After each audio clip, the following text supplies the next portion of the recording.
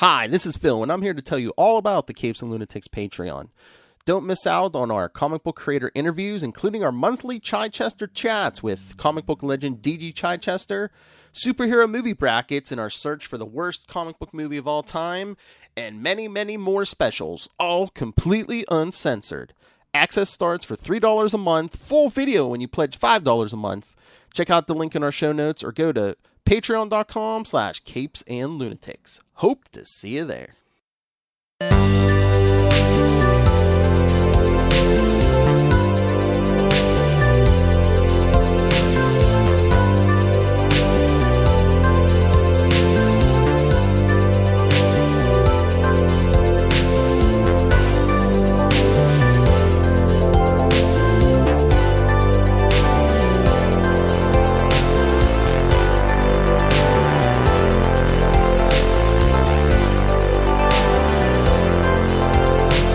In a galaxy far, far away, a galaxy of capes and lunatics, gods and monsters, there are those who are just trying to make a buck and get wrapped up in something larger than themselves.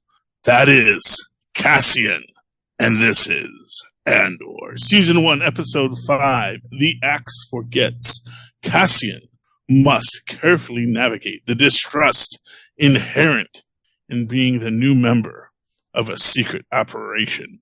Our director this week is Susanna White. Writers on this are listed as Dan Gilroy, who gets that written by credit.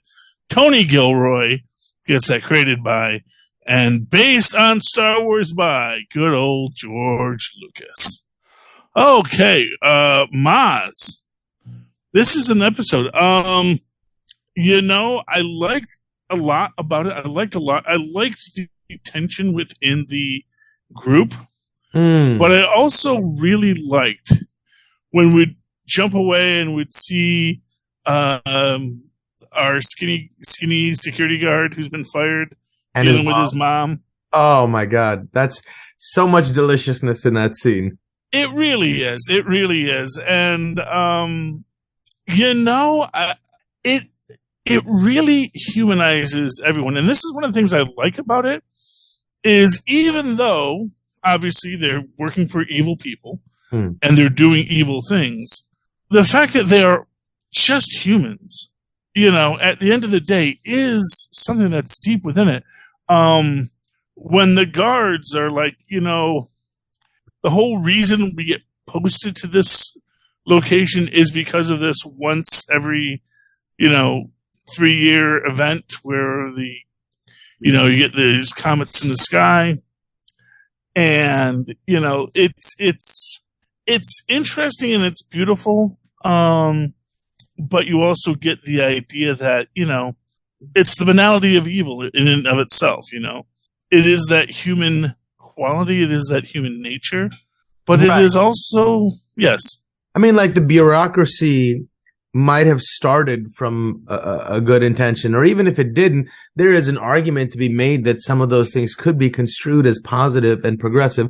But in the end, weak people end up in positions of importance and the corruption begins and everything is corruptible.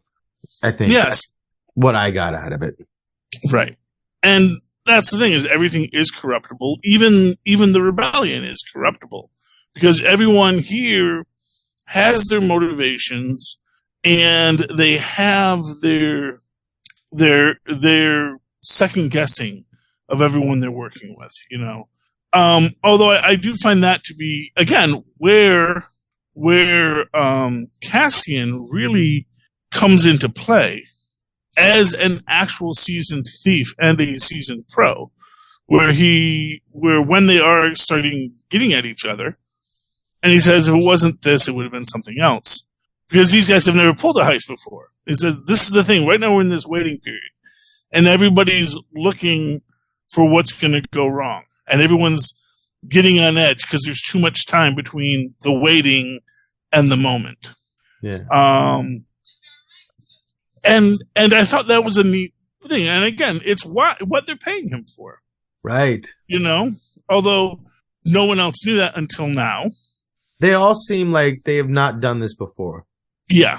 Well, they're a ragtag group of rebels, you know? Yeah. Maybe the head sergeant, the big burly dude, who's sort of in charge. He seems like he's been like a soldier before. He knows his stuff. Well, being a soldier is not the same as being a thief. Well, okay, that's fair. But what I mean is, like, the rest of them I feel like they haven't been in a life or death situation before. Although maybe the guy with the tattoos, yeah, definitely. But exactly. Well, now that I think about it, even the brown girl, the only one that seems really inexperienced is the leader. Oh, I was going to say the poet. The poet too, for sure. Yeah, him and the leader.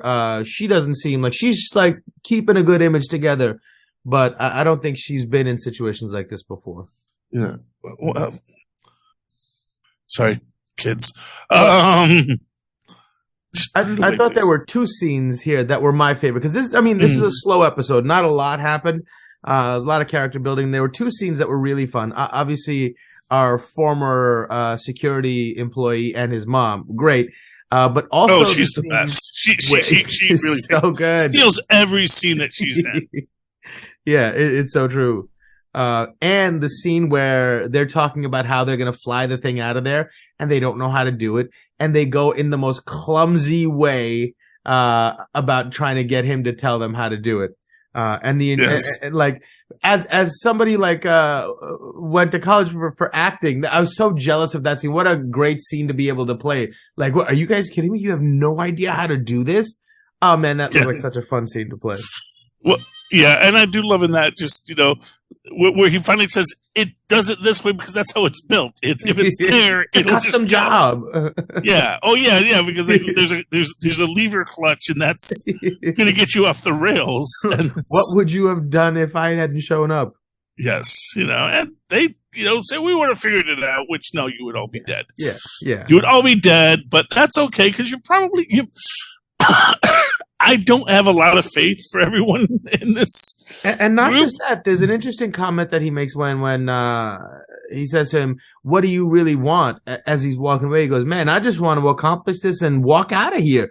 And the tattoo guy goes, "Yeah, wouldn't that be nice?" And I'm like, "Oh, okay. These guys are all like suicide bombers. They're just like, hey, cause. I'm going to blow myself up for the cause." Well, they're willing to do what they have to. Right. And it would be nice if we actually steal the money from the Empire, and get out of here, and one or two of us are alive. I hope I'm one or two. It's like that's the dream. And honestly, I do think the guy with that too. Just he knows poets the first to go down. He knows. Oh, sweet child. He seems to me more like the guy who wants to have the poet close by, just so he has like the last minute sacrificial lamb to throw in the monster's way. Well, yeah, that would be, and what a great way to die for the cause. So, congratulations, poet! I will tell all of your bravery. Oh man, great stories will be written about how you didn't trip over that rock.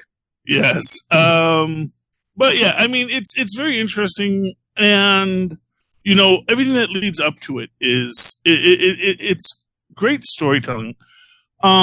We also have again our senator who is dealing with her daughter and her husband, and I do find their relationship interesting because you can see that it's the story of a person who has something they're hiding from everyone in their family. And everyone knows they're hiding something. They don't know what, and actually at a certain point, they've just stopped caring. Because whatever it is, it's not something that they're going to tell us. So there's no need for us to obsess about it. Then, meanwhile, we've got our own lives we're dealing with. If you're not going to let us in on the secret, then, we're going to do our lives, and we're going to not necessarily need you on that. Well, isn't that sort of like also, though, the world that they live in? Isn't that par for the course for everybody? That's, you're all politicians' children. Like, none of her friends have different experiences with their parents. It just seems like no, I mean, that's why, like, the husband seems so like at peace with it. He's like, all right, You know what? It could be worse. He seems to have a little bit of perspective sometimes. You like, man, I could be out in one of those far-flung colonies, with no water, having to trade this to get. I'm all right. You know, things could be way worse. He's like, man, I'm just chilling. This is what it is. Everybody, lies to their spouses. Everybody has, and then we just go on. But that's the price we pay for living in grandeur and whatnot. So I think that's where I see him. But the daughter seems like a real brat. Well, I think she's a teenager. I guess, so yeah. Yeah, I mean, there's a part of it that is a teenager. And I think that is where it even gets heavier because she's not wrong either. Yeah, well, the mother wants to connect with her. Does the mother? Well, I think she does. Yeah, I guess, I mean, she wants to be that person, but I don't think she has the luxury to be that person. Yeah, well, the thing is that, she can't. Right.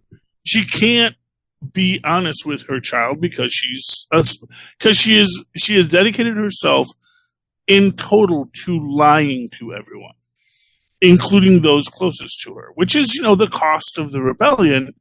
And maybe, years later, her daughter will look back on this and go, oh, okay, that's why she was like that. And that was a beautiful thing. They always do. Or, she'll say, I didn't want my mom to lead the rebellion. I just wanted a mom. And quite frankly, that's always that interesting aspect of that. It's like after the Empire falls, do we ever see anything get better in the galaxy? Do things get better or do they just continue on as they do? I think they get incrementally better each cycle. Yeah. But I think it is cyclical. It is a waveform. It'll go up, it'll come down, it'll go up, it'll come down. And along the way, in those little pockets is where we make incremental change before we break everything apart and make incremental. That's what I think. And Tristan just pointed out that the Wookiees are free now. So, at the end of the day, if you're a Wookiee, that's a big deal. Yeah. And if everyone, it's like if most people's lives were not dramatically changed by the fall of the Empire, but you were no longer a slave to the Empire, that was pretty good. Pretty good,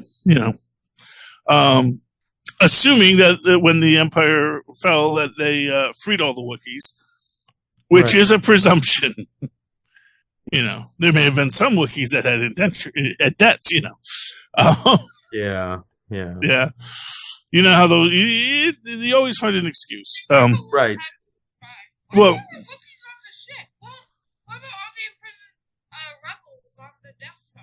well, I don't know how many were imprisoned on the Death Star, but hey, glorious death. Yeah. So anyway, yeah. You know what other scene I really liked is our two SS officers going through the files on the Imperial Navy. And just how their data doesn't actually make sense. That, it's always the same data. Like, no, there's no way to audit it. No way to check it. It's the Imperial Navy. They're out in space and they tell us what they did, Wait, I don't remember. What scene was that? That was it was just one scene because it's our blonde girl and her attaché. Right.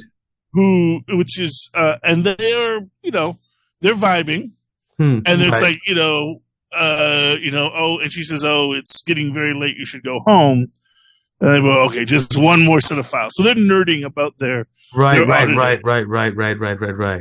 and I like that because again, it is, even though these are objectively evil people, yeah, they are actually taking this moment now to humanize them. To have that conversation, just like the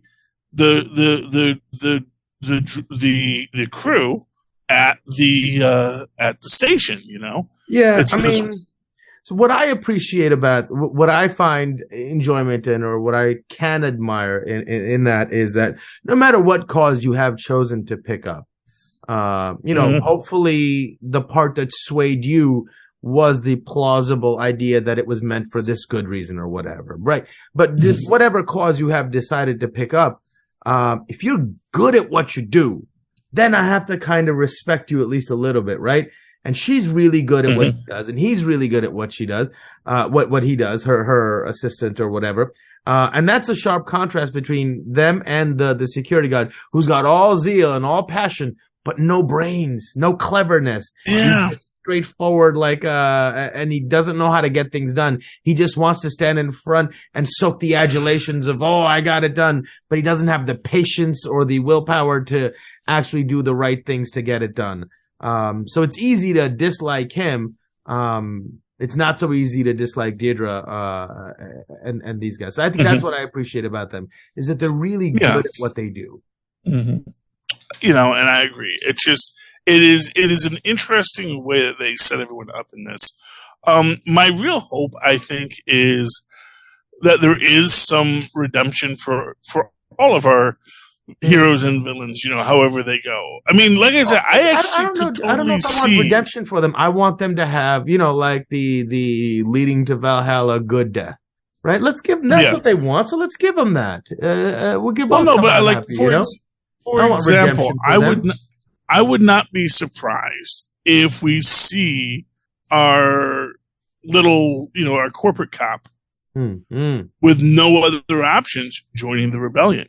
Oh, it's probably what's going to happen, and that would make me so angry.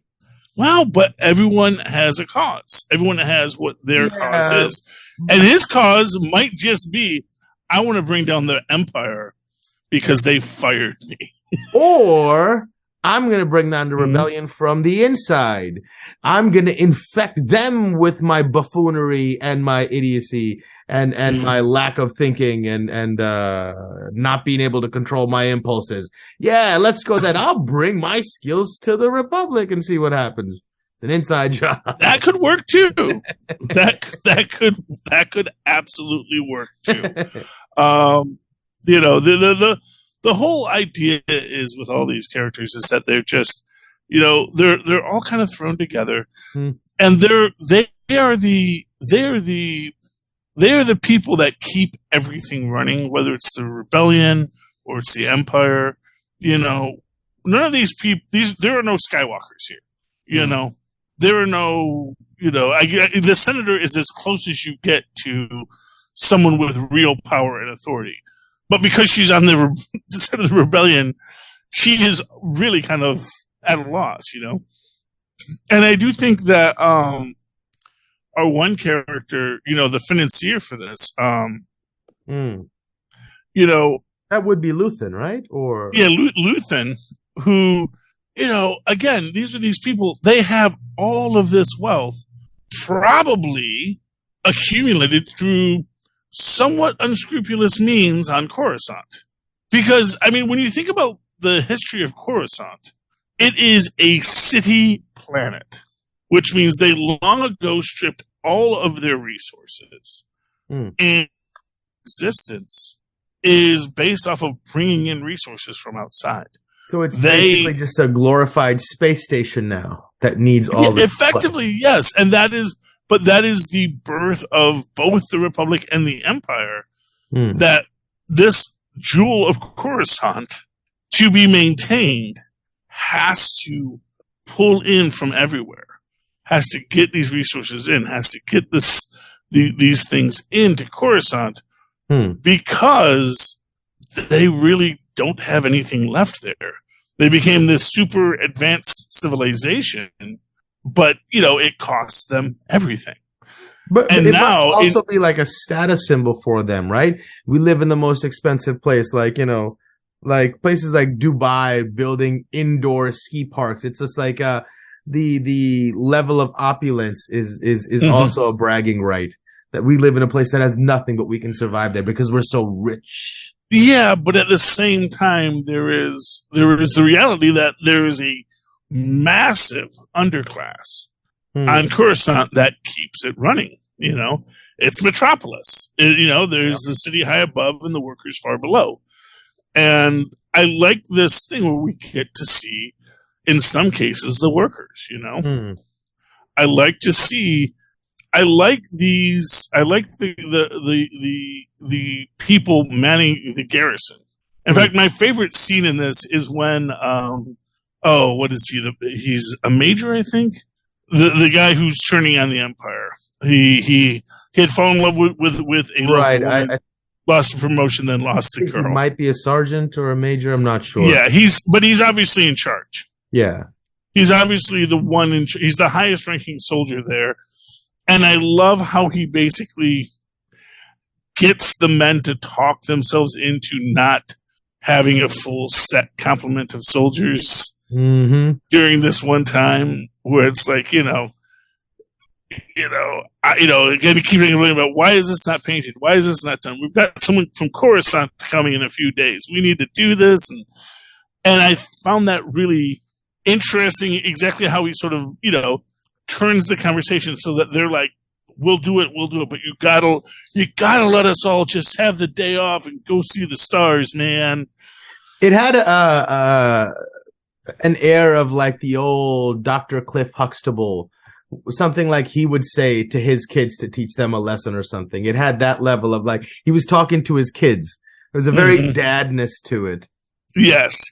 And when you see when he turns away after they agree to like have almost no one in the place when they're going to pull the heist, just he has that little smile to himself. Yeah.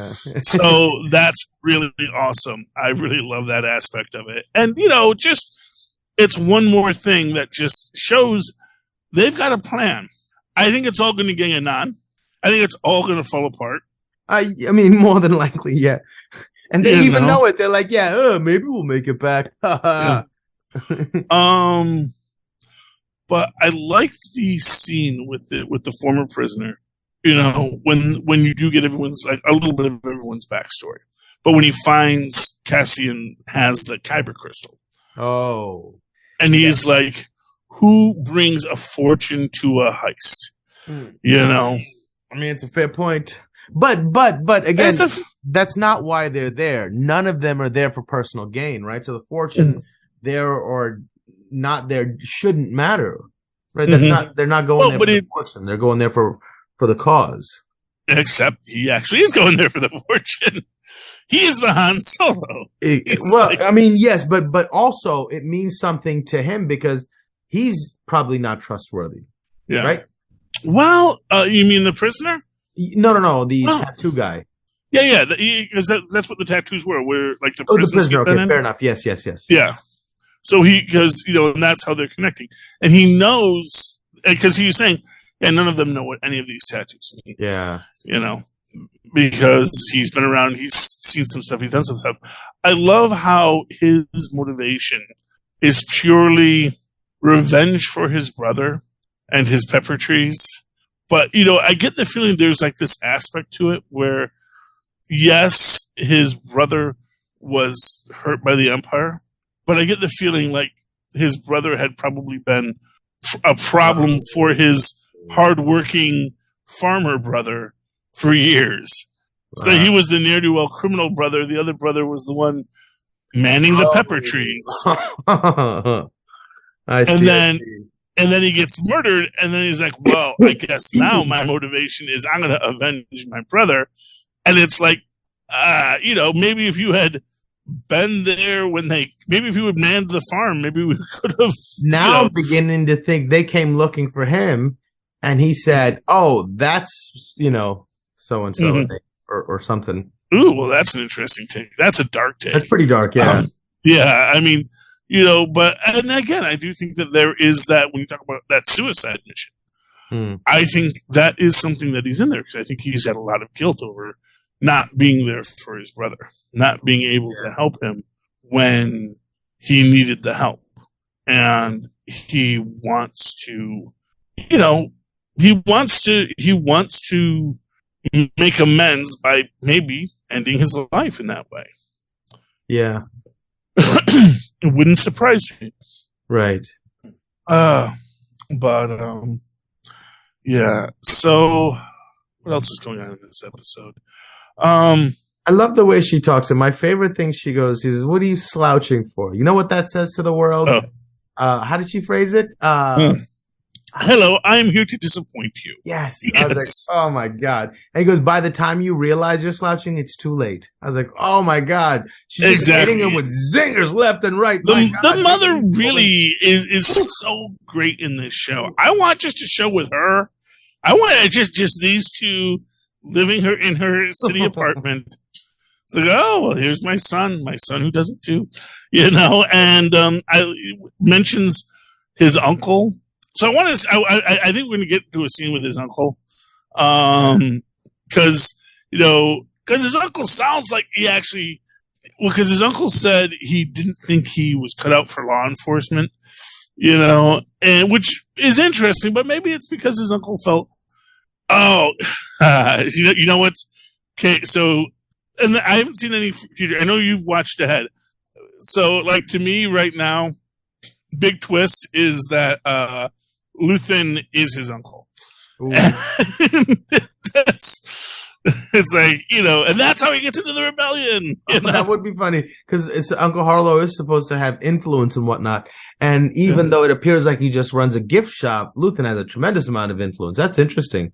Yeah. I mean, I would hate that though, because I would hate to see that came from that stock. Well, he's only an uncle.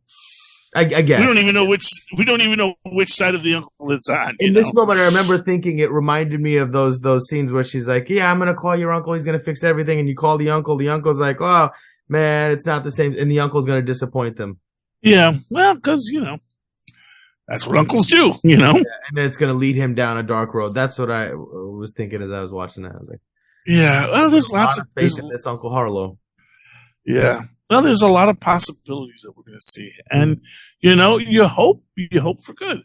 And you hope that they find their way. But, if the guy winds up a stormtrooper, which I think is really going to be a spot where he could thrive in, that's the thing. It's like, hey, they let Han Solo be a stormtrooper. Yeah, but I can just see him modifying his stormtrooper outfit and being the first one who gets aimed at and shot at. They actually don't. That's some Lord Tristan taught me. They don't let the stormtroopers modify their outfits. Yeah, I know, but he wasn't supposed to modify any of his other uniforms. I know. He modified every single one. But that was the individualization of the clones and how they all painted their armor and had, very unique things. They actually realized that the clones, because they were clones, felt the need to be much more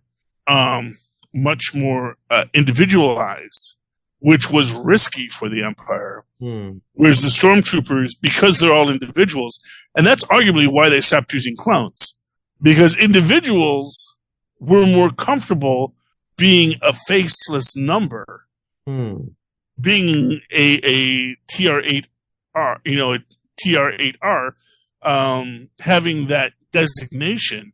And I imagine those because they had an individual running from a past somewhere, so it's beneficial for them to be anonymous.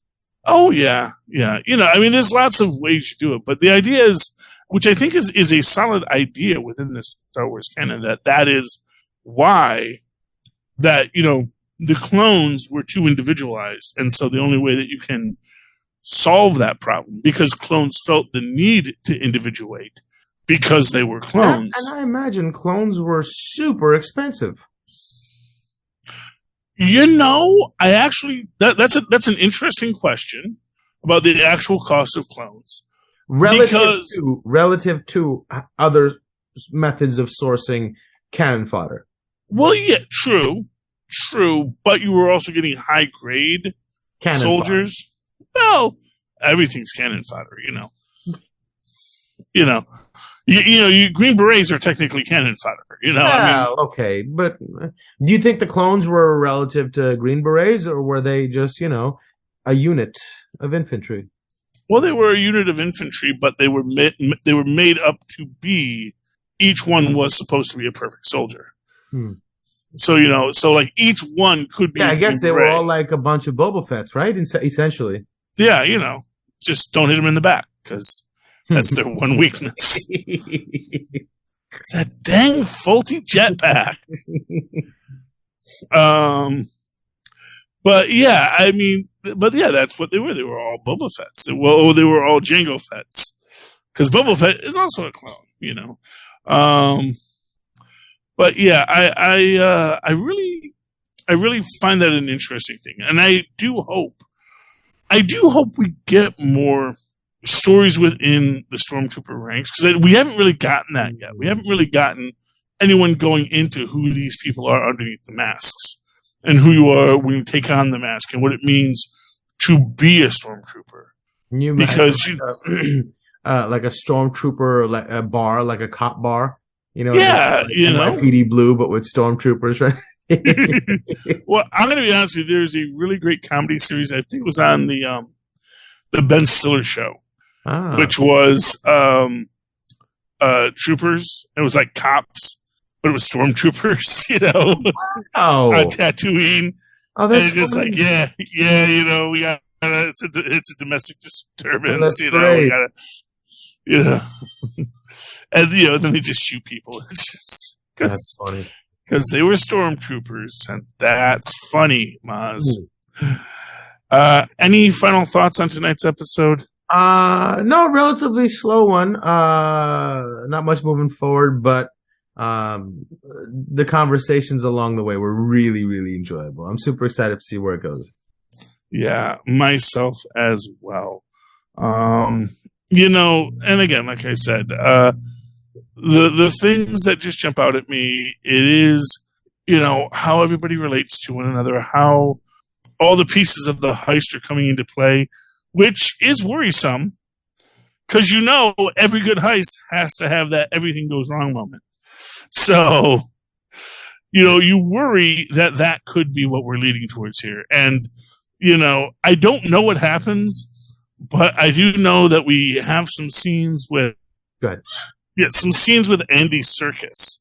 And it seems to be Andy Serkis, not in any kind of thing, but just Andy Serkis being Andy Serkis, interacting with Cassian, and they're both wearing these white uniforms. And I don't know if they're in prison or if they've infiltrated some other group, but I'm excited for what those stories are going to be. Oh, man.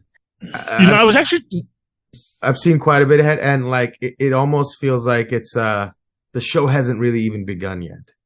Yeah, how many episodes are in this? There's 11 so far, and I think the finale is coming up tomorrow. So there'll be 12 in total. Okay, so it's going to be 12, and then I think there's another 12 that are like in pre-production, that are in production. That's great. This is the best thing I've seen in a long while. Well, of course it is, because this is Star Wars, but people. You know, so much of Star Wars. Every single thing about it is so good. The writing is top notch. The acting is amazing. The cinematography, the visuals, the framing, the pacing. The relationships, the subtlety of the spycraft. Just every single thing about it is just a firing on all cylinders.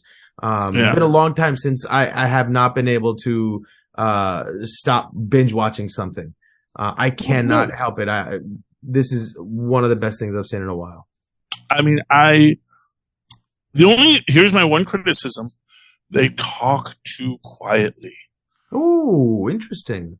Oh, it is so hard when you're trying to watch. It's like, I guess if you have no distractions and you're just watching it, but honestly, even when there's no distractions. You don't put captions on?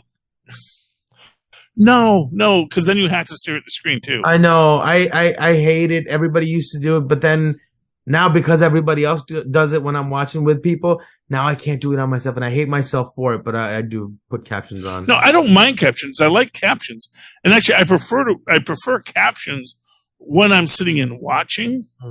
But you see, my problem is I usually have it on in the background. You know, and I have to do like a rewatch a couple times, and you know, to go through it. But that's just my problem. All right, Mozz. You know, if folks at home have thoughts on this whole show and would like to write to us, or any show on the Capes and Lunatics Network, they can reach out to us at capesandlunatics@gmail.com. That's capesandlunatics@gmail.com. write us a letter. We will read it on the air if you want us to. Likewise, you can call us at 614-382-2737. That's 614-38-CAPES. That is our hotline where you can leave us a voicemail with all your thoughts and dreams and hopes for the future. And we will, again, play it on air if you want us to. And then, if you'd like to do us a favor for once, why don't you go down into the show notes, go down to Linktree, linktr.ee/CapesandLunatics, and just see our merch. Buy our merch. Buy our stuff. We got t-shirts. We got cups. We got all the things you want. And you can also just give us money for no other reason, either to be a part of our Patreon, where you can give continuously and then get access to exclusive Patreon content, or you can just give us money for nothing, and we'll say thank you. I think it's the Cash App. We have Patreon and Cash App, so gimme. All right, Mozz. If people would like to reach out to you, talk to you directly, become your best friend forever, how can they do so? Oh, they can email me at mozzmanzor@gmail.com or find me on Facebook under Mozz Manzor. That's MOZZMANZOOR. Beautiful. And, of course, people can always write to me in that old-fashioned email way, the way our mothers and fathers once did, at superconnectivityblog@gmail.com. That's superconnectivityblog, all one word, at gmail.com. And, of course, follow me on the Twitter when I'm there. Well, it lasts. Live tweeting things at Charlie Esser. That's CharlieEsser. Look for the 2 E's in the middle. For quality. Bing. Thank you, Mozz. All right, ladies and gentlemen, we have come to the end of another episode. Oh my gosh, we didn't even do Avast Me Hearties. I just realized that. Oh, Avast Me Hearties. We did it. We dropped our entire pirate stick this episode, but you know what? We're now space pirates, and space pirates don't necessarily have Middle English accents, but we would wish they would. Come back again next week as we once again sail full stream ahead. Arrgh.